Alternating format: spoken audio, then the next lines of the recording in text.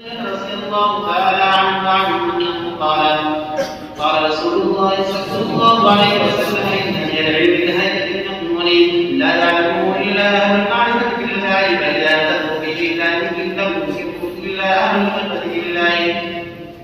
وعن عبد الواحد بن زيد قال سألت الحسن عن علم الباطن فقال سألت حذيفة بن اليمان رضي الله تعالى عنه عن علم الباطن فقال سألت رسول الله صلى الله عليه وسلم عن علم الباطن فقال سألت جبريل عليه السلام عن علم الباطن فقال سألت الله عن علم الباطن فقال الله عز وجل هو سر من سري يحكم في قلب عبدي لا يقف عليه أحد من خلقي. قلت أخبرنا أبو طاهر سماعا عليه قال أخبرنا بقراءة عليه عن المشاشد عن الشمس الرغد في إجابة عن الشيخ زكريا بن حافظ بن حجر بن أبي إسحاق القرطي عن الحجاري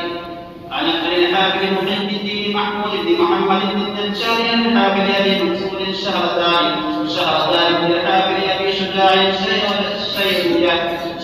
الديلمي قال أخبرنا أبو المكان بن عبد الوارث بن محمد بن عبد المنعم الأمريكي عن سهل بن محمد الخشاب عن محمد بن الحسين السلمي عن حامد الأربكي عن نصر بن محمد بن الحارث عن